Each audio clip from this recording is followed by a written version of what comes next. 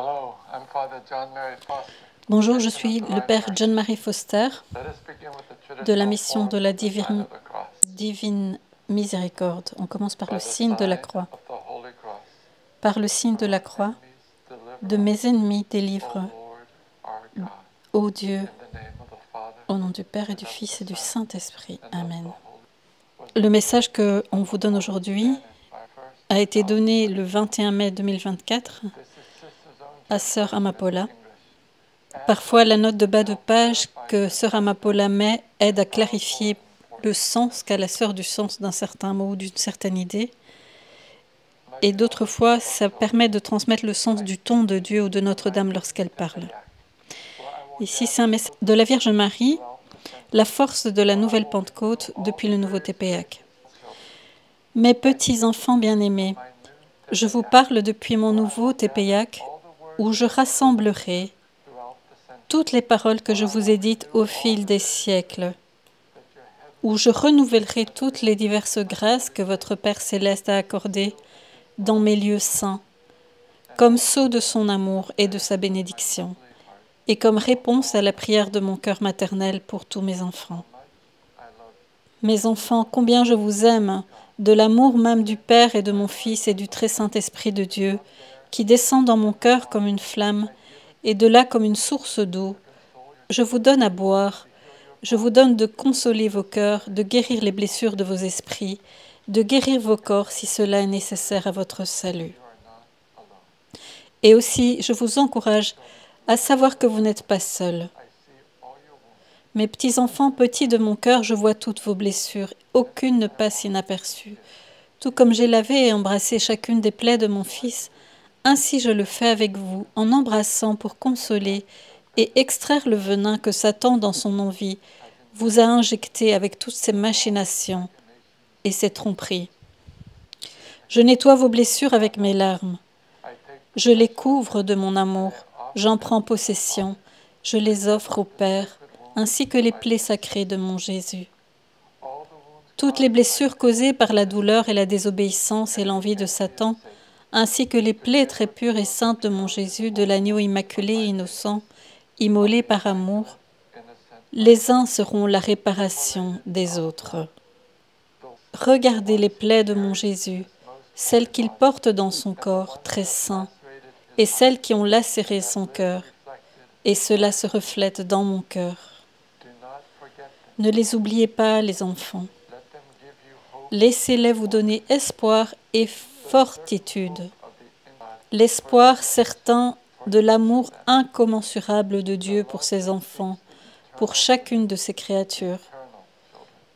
L'amour qui cherche le bien éternel, les enfants. Ne soyez pas confus et n'oubliez pas que tout ce que vous voyez et vivez passera et que vous devez vivre pour cette éternité, pour l'étreinte divine qui vous entourera, vous remplira et vous guérira et dans laquelle vous trouverez tout ce que votre cœur désire. Pas ici, les enfants, pas sur cette terre qui est maintenant pleine de péché et de mort pour l'esprit. La terre elle-même, elle gémit, mes enfants, en voyant de si grandes offenses contre le cœur de Dieu. Et la terre elle-même sera renouvelée, rendue belle et purifiée, pour devenir une demeure et un vaisseau digne de l'Église renouvelée, des nouveaux cieux et de la nouvelle terre. Enfants, maintenant plus que jamais, renouvelez votre espérance au moyen de votre foi dans ce que nous vous disons et dans ce que nous faisons en votre nom. Levez vers le ciel, vers la maison qui est préparée pour vous, qui avait été préparée pour vous dès le début de la création. Mettez de côté les désirs humains, élevez-les par votre foi et votre pure et sainte espérance en désir de Dieu, en désir d'éternité. Le reste passe, et comme il passe vite, remplissez les obligations de votre état de vie, mais commencez à vivre l'espoir du ciel et l'espérance de celui qui l'habite et qui vous attend. Le fruit de la foi est l'espérance. Le fruit de l'espérance est la force. Et tout cela conduit à l'abandon à Dieu. C'est pour cela que je demande votre foi. Pourquoi je vous parle d'espérance et de force qui vous conduit à mépriser les trésors périssables de la terre pour apprécier le trésor de l'amour de Dieu dans sa plénitude, qui sera votre récompense au paradis. Regardez les saintes plaies de mon Jésus, regardez-les dans mon cœur et cachez vos blessures dans les nôtres. En nous permettant de les laver dans le sang et l'eau qui en ont coulé, afin que, purifiées du venin de Satan et de vos propres actions et offenses, elles soient acceptables à notre Abba comme offrande d'amour, imitant l'offrande très sainte qui obtient tout. Les enfants, respirez cette vérité. Laissez-la entrer comme un air pur dans les recoins les plus profonds de votre être. Libérez-vous de toute odeur de Satan et des critères humains qui vous sont si nocifs. Mes enfants, vous vous sentez faibles, incapables de faire ce que nous vous demandons, incapables de résister.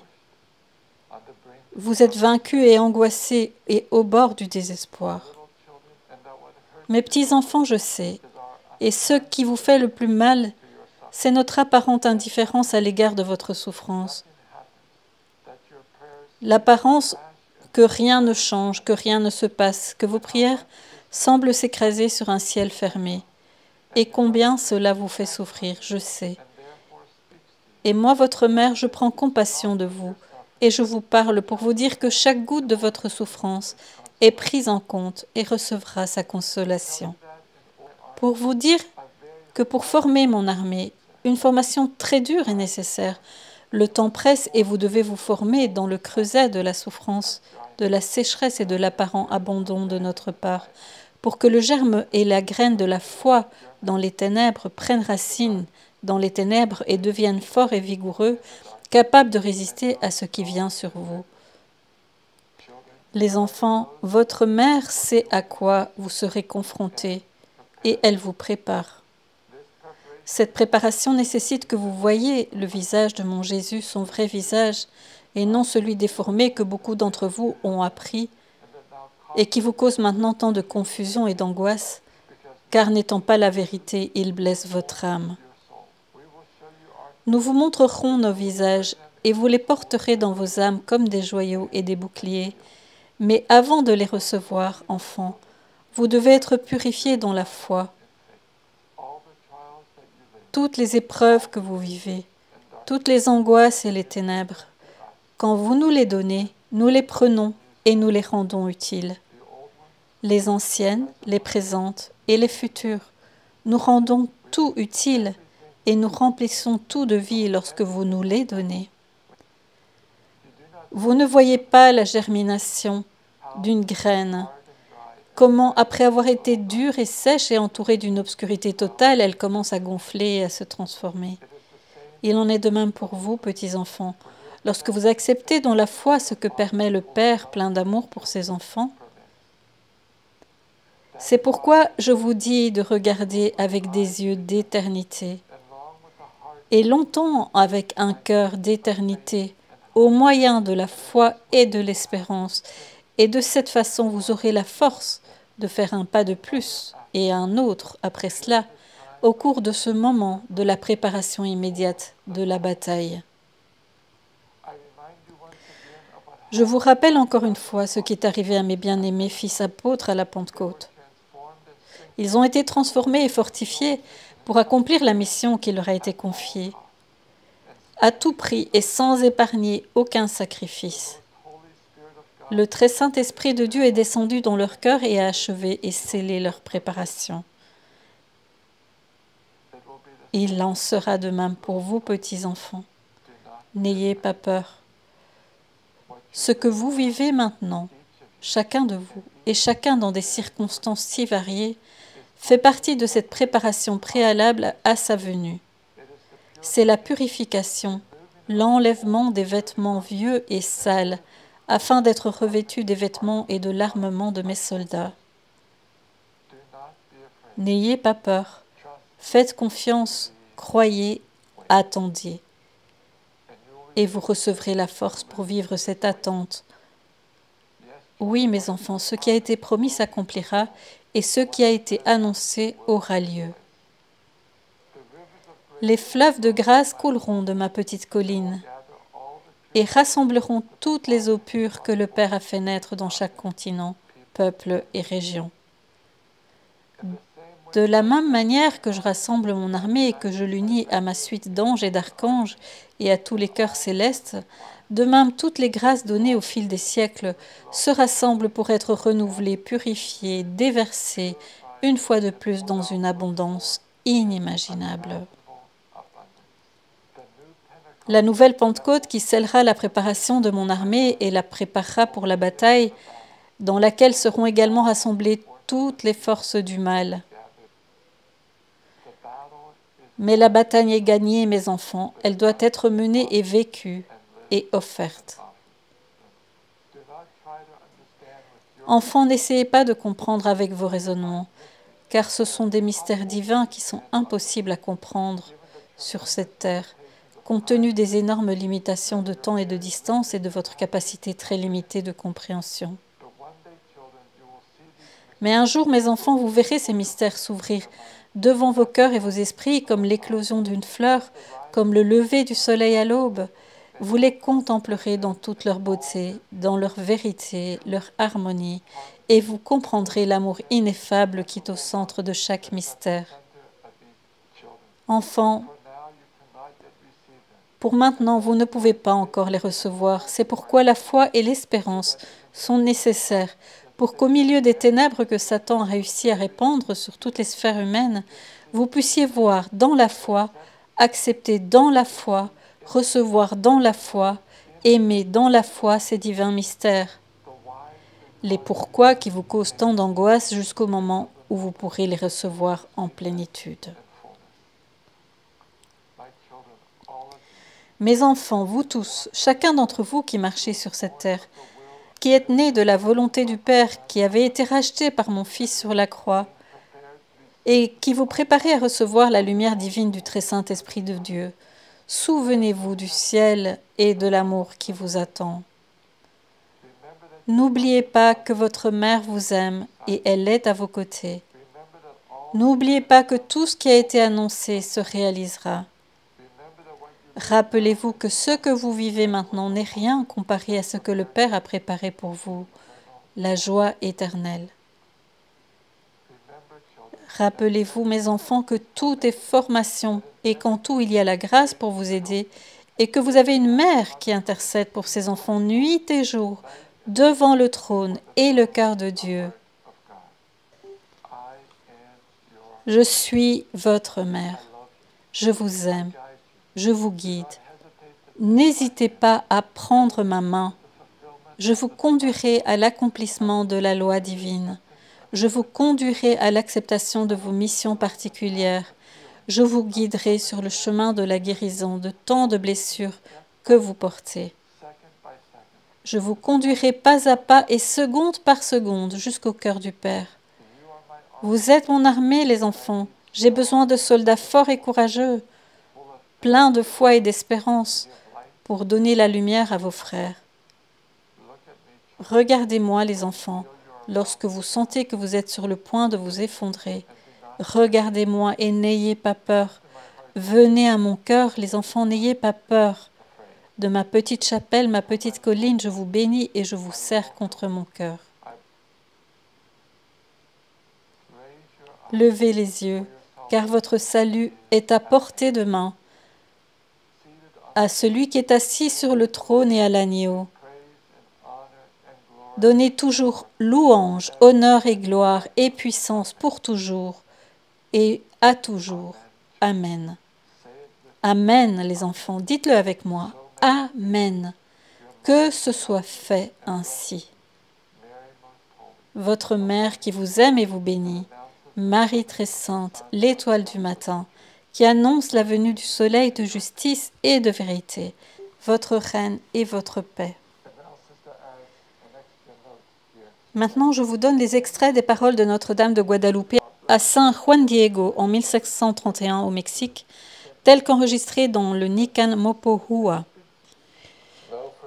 Sachez avec certitude, mon fils, le plus petit, que je suis la parfaite et toujours vierge, Sainte Marie, Mère du vrai Dieu, par qui vous vivez, le Créateur de l'humanité, celle qui possède ce qui est proche et au-delà, le propriétaire du ciel et de la terre. Je désire ardemment qu'on me construise ici ma petite maison sacrée, le Théocali, maison de Dieu, où je le montrerai, je l'exalterai et je le rendrai manifeste, où je l'offrirai à tous les peuples avec tout mon amour, mon regard compatissant et mon aide, ainsi que mon salut. Parce que je suis vraiment votre mère miséricordieuse, la vôtre est la mère de tous ceux qui vivent unis sur cette terre, et de toute l'humanité, de tous ceux qui m'aiment, de tous ceux qui crient vers moi, de ceux qui me cherchent, de ceux qui ont confiance en moi. Là, j'écouterai leurs cris, leurs tristesses, pour freiner toutes leurs différentes douleurs, leurs misères, leurs chagrins, pour remédier et alléger leurs souffrances.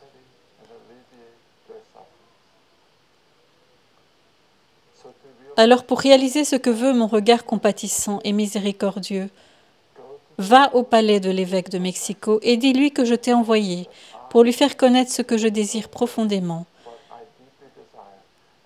Qu'il me fournisse une maison, qu'il construise mon temple dans la plaine. Maintenant, mon fils, mon plus petit, tu as entendu ma voix. Va et fais de ton mieux. Je t'en supplie instamment, mon plus jeune fils, et je t'ordonne solennellement d'aller encore demain voir l'évêque. De ma part, fais-lui savoir, fais-lui entendre mon souhait et ma volonté, pour qu'il fasse et qu'il construise le temple que je demande. Dis-lui encore une fois que c'est moi personnellement, la toujours vierge Sainte Marie, la Mère de Dieu, qui t'envoie. Plus tard encore, elle lui dit ceci. Écoute et garde dans ton cœur, mon plus jeune fils, qu'il n'y a rien à craindre, rien qui puisse t'affliger. Ne laisse ni ton visage ni ton cœur s'inquiéter. Ne crains ni cela, ni aucune autre maladie, ni rien de douloureux ou d'affligeant. Ne suis-je pas là, moi qui suis ta mère? N'êtes-vous pas dans mon ombre et sous ma protection? Ne suis-je pas la fontaine de votre joie? Et n'es-tu pas dans le repli de mon manteau, dans mes bras croisés? As-tu besoin d'autre chose? Ne laisse rien t'affliger, ni te perturber.